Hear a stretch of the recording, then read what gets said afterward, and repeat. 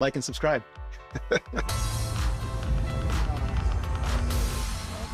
Neil, your annual letter just dropped. Can you tell us a little bit about how that tradition got started? It's something that's been going on now for, I'd say, 8 or 9 years.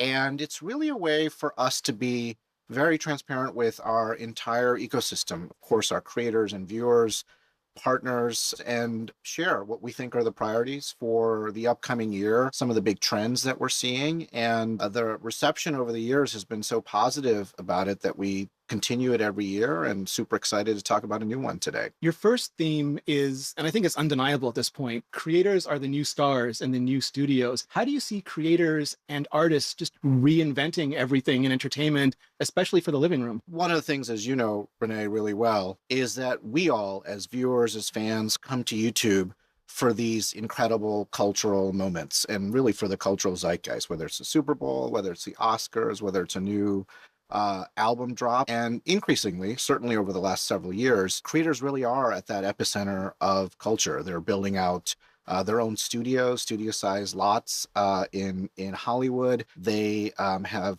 enormous fandoms all over the world.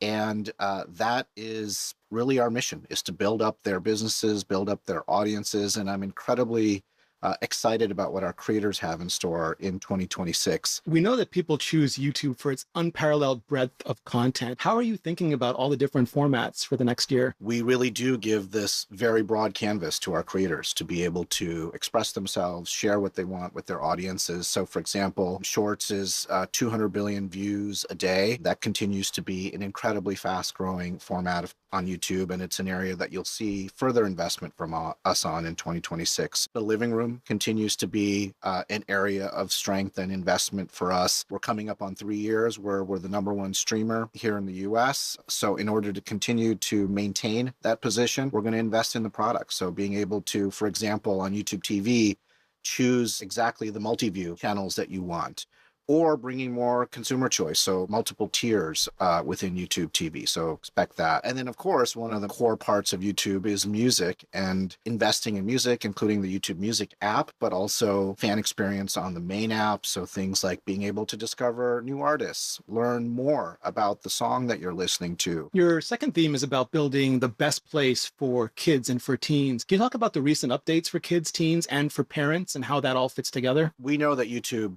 from the really early days, has been a place where families and young people come to learn new things, to get exposed to new forms of creativity. Our approach always has been to bring those magical experiences of YouTube to young people, but to do it in a way where kids and teens remain safe on the platform. And we have a long track record of doing that here over the years. And 2026 is going to be no different. One of the areas that we've been investing in quite a bit is giving parents the controls that they're looking for, and to be able to do that in a way that is simple and easy to use. We believe at YouTube that parents should be in control. They should be the ones that make decisions on behalf of their children, teenagers. So to make those controls sort of front and center and easy to use is going to be a big priority for us. The next theme is all about powering the creator economy. And you know creators, no matter how many ways YouTube has for us to earn, we're always interested in what's coming next. Yeah, and creators always give great feedback about what should be coming next. So we're very excited about that. We are the world's original and largest creator economy.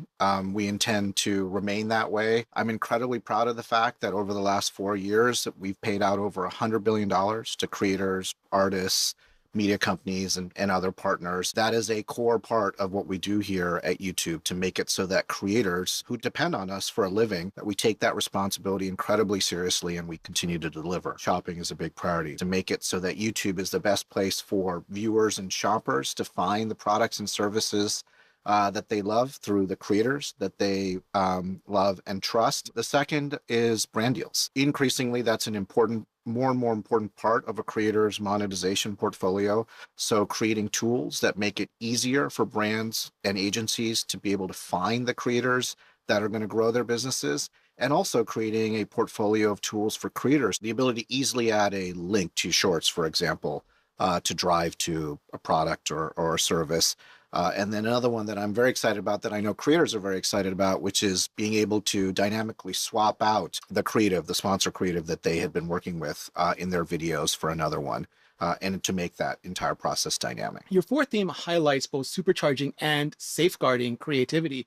Where do you think AI can play a role in that for both creators and viewers? Well, Renee, as you know, AI plays a really big role in terms of YouTube being able to deliver for our creators as well as viewers. On the creation side and creator side, we've been investing very heavily for the last couple of years now. And the goal there is very simple, which is to really use AI to empower the amazing human creativity that happens on YouTube every single day. So we've rolled out a slew of tools around creation of shorts content in YouTube Create and in other parts of YouTube to do just that. And I'm really heartened by how much adoption there's been around it. In December, for example, over 1 million creators used our AI tools to produce content on YouTube every single day. So expect more along the lines of being able to use your likeness, for example, in the creation of shorts, or being able to generate a game in YouTube Playables from a single text prompt.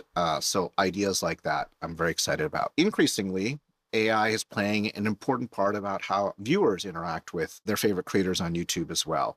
One of my favorite features is the Ask button. In December, 20 million viewers used Ask to learn more about the video that they were watching. And then the final area, which I've talked a lot about over the last couple of years, which I feel very passionate about, which is giving access to the amazing content that's on YouTube to more people all over the world. And there, AI has played a really big role through features like auto dubbing. So in December, for example, 6 million viewers watched a video for over 10 minutes that wasn't in their native language. And so that accessibility, growing it, which is a boon to viewers, but also, of course, to creators, is powered by AI. AI has unlocked incredible creativity, but it's also created some new risks. How is YouTube going to help manage creators' likeness, for example? I think that is a concern that I hear from creators, and it's also something that we have been investing in for a couple years now. I've talked about this capability called likeness detection. And the idea there is really building on our long track record of Content ID, being able to give that type of control directly to the people who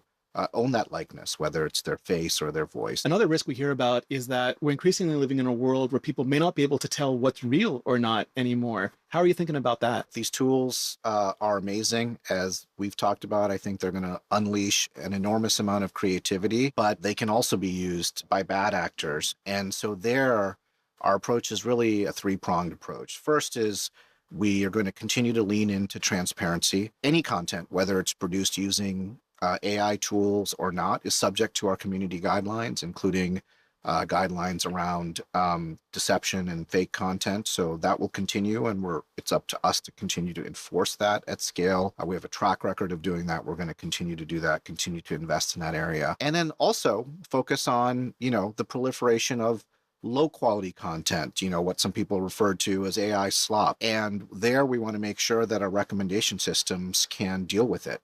And we're going to treat it based on our track record of being able to do that around things like clickbait, low quality, repetitive content. You should expect to see a lot more investment from YouTube, building on what we've been doing over the last couple of years going into 2026. When you look out across not just this year or next year, but the next 5 or 10 years, what do you think the future holds for YouTube? What's the most important creator going to be? Oh, wow.